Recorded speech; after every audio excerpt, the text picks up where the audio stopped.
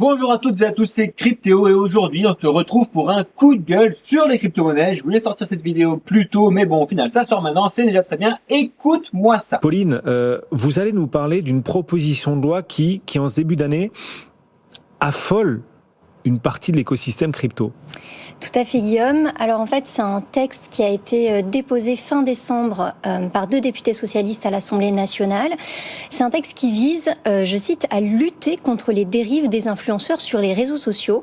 Et il y a une partie, notamment, qui concerne les crypto-monnaies et donc qui nous intéresse. Pour faire simple, et ça va être assez radical si la proposition venait à être adoptée, les crypto-influenceurs ne pourront plus promouvoir un projet crypto posté contre une rémunération. C'est n'importe quoi. Merci quand même à BFM Crypto Le Club et à Pauline Armandet du coup pour remonter et faire connaître cette information, c'est très important. Les mots-clés là de toute la vidéo, ça va être renseignez-vous, éduquez-vous. Sinon, cette news, c'est n'importe quoi, et ce pour plusieurs raisons. Déjà, la première, laisse-moi faire ce que je veux sans rire. C'est vraiment fatigant d'être sans arrêt menotté comme ça, de partout. On est déjà bien assez dans la vie en général. Alors les gens, quand ils allument leur réseau et quand ils allument leur téléphone en général, ils ont peut-être aussi un petit peu envie d'avoir de liberté d'expression, de contemplation de sujets comme ils le souhaitent, non? Enfin, perso, je trouve ça abusé, et je trouve clairement ça pas normal du tout. Ensuite, comme d'habitude, le problème, c'est toujours le même, c'est qu'ils te pondent des lois qui emmerdent 100% de la population, alors que ceux qui devraient réellement être impactés et ce pourquoi la loi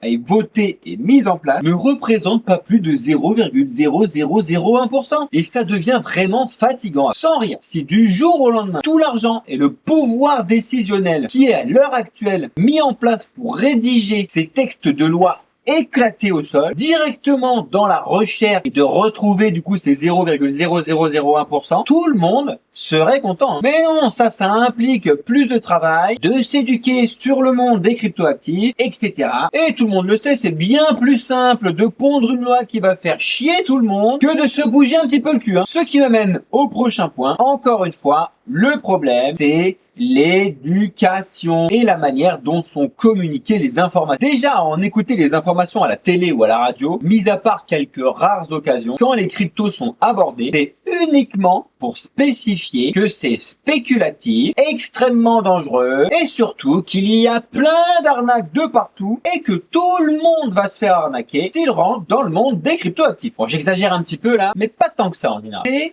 faux. Et tous ceux qui sont déjà dans l'écosystème crypto te diront la même chose. Au-delà de la spéculation, c'est la technologie qui est incroyable. Et ce que l'on peut faire avec la blockchain et les besoins du coup auxquels ça répond directement. Alors oui, du coup, on va également aussi tous te dire que bien évidemment, il y a des arnaques. Il ne faut pas non plus se voiler la face. Mais des arnaques, il y en a partout. Il y en a toujours eu et il y en aura toujours. Sans parler des cryptos, des sites frauduleux, des arnaques aux impôts ou dernièrement, c'était la mode, des arnaques au crédit des comptes de formation. Que je sache, ils n'ont pas du tout pondu une loi pour arrêter complètement les formations ou les promotions de formation que je sache. Donc là, faut clairement arrêter les conneries. Il faut axer sur l'éducation et d'autant plus dans le secteur de la blockchain et des cryptoactifs. C'est ça qui va permettre, entre autres, de bien gérer les arnaques, d'y faire attention, de savoir les reconnaître et donc de savoir les éviter. Mais pondre une loi qui interdit à tout le monde de promouvoir un projet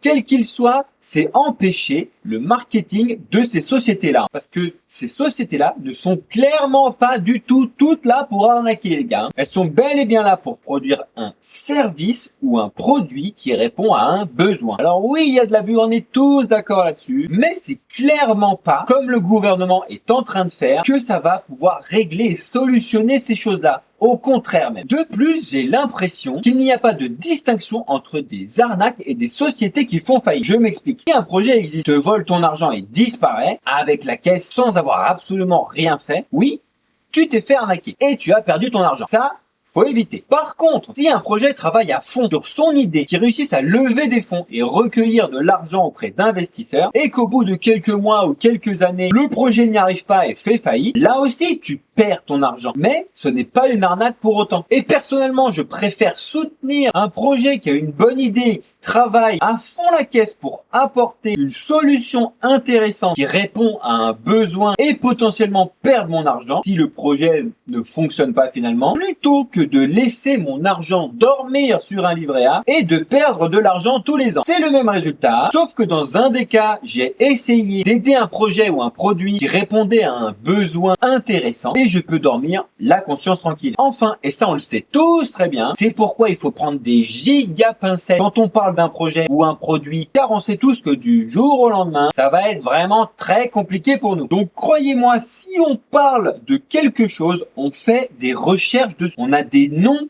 sur ceux qui ont participé à la création de cette société ou de ce projet. Si du coup ça s'avérait être une arnaque, on pourrait donner les noms du coup aux autorités pour qu'ils puissent aller les retrouver, etc., etc. Ça n'existe pas un gars qui fonctionne bien dans ce monde-là et qui accepte de parler de tout et n'importe quoi sans avoir absolument un minimum d'informations sur le sujet. Alors réveillez-vous, très chers amis du gouvernement. Et pour finir, comme toujours, le problème, c'est la centralisation des décisions. Si ça se trouve, on va toutes et tous être impactés, car deux perdus ont voté un projet de loi éclaté au sol. Le système de DAO est vraiment à mettre en place.